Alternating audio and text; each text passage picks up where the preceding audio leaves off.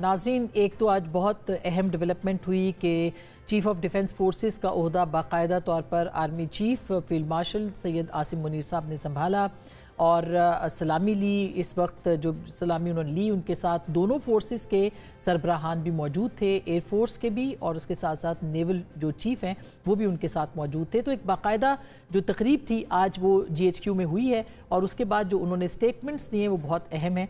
और उसमें सबसे अहम स्टेटमेंट एक तो भारत के हवाले से है और दूसरा अफ़गानिस्तान के हवाले से है। जो ऑप्शन दिया है उन्होंने कि ख्वारिज या पाकिस्तान को, वो अफ़गान तालिबान ख्वारिज को साथ रखें या पाकिस्तान के साथ बात करें, तो ये एक बहुत ही खुला, वाज़े और बैन जिसे कहना चाहिए वो एक मुतालबा कहें, ऑप्शन कहें, अफ़गान तालिबान को, अफ़गान रजीम को सैयद आसिम मुनीर साहब ने दिया है।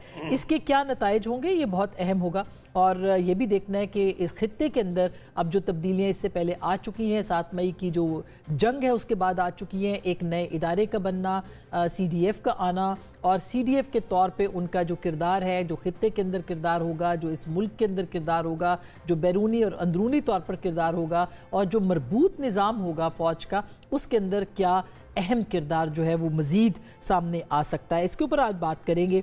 ज़रूरियात क्या थी इस ओहदे की और इस ओहदे के मुताबिक अब क्या आगे कैसे बढ़ना है फोर्सेस ने, इसके ऊपर बात करेंगे। दूसरी जानिब वीकेंड के ऊपर यानी जुम्मे के दिन जो है वो एक अहम प्रेस कॉन्फ्रेंस हुई और वो DGISPR ने प्रेस कॉन्फ्रेंस की। इस प्रेस कॉन्फ्रेंस का एक नुक्ता था जो कि जिसके ऊपर बात की गई और वो ये था कि इमरान खान साहब ने जो लबो लहजा इख्तियार किया और उसके बाद पाकिस्तान तहरीक इंसाफ की जानिब से उसका रद्द अमल पाकिस्तान फ़ौज ने दिया, उनके तर्जुमान ने दिया।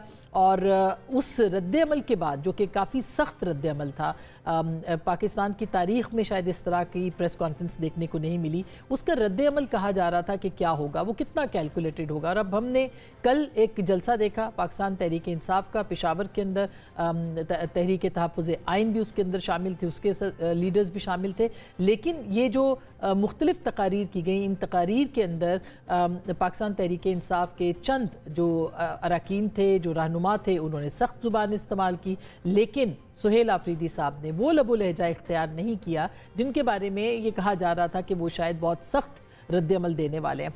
उन्होंने बल्कि अपनी तकरीर है उसका आगाज़ ही 100 अरब का जो पैकेज है पेशावर के लिए, उससे उन्होंने आगाज़ किया। यानी कि वो एक जो पेशबंदी उन्होंने की और एक फॉरवर्ड लुकिंग जिसे कहना चाहिए पॉलिटिक्स, उसका उन्होंने आगाज़ किया।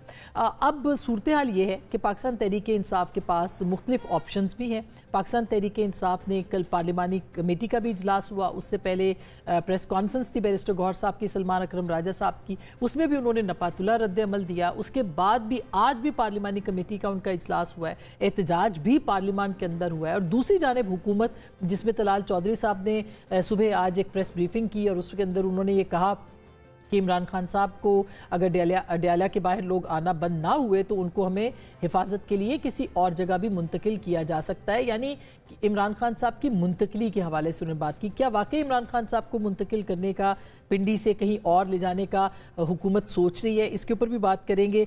इसके अलावा पाकिस्तान तहरीक इंसाफ के पास जो ऑप्शन, जिसे कि अता तारड़ साहब ने एक प्रेस कॉन्फ्रेंस की, उसमें भी उन्होंने कहा कि -1 यानी इमरान खान साहब को माइनस करके पाकिस्तान तहरीक इंसाफ पॉलिटिक्स के लिए आगे बढ़ सकती है। क्या ये मुमकिन है?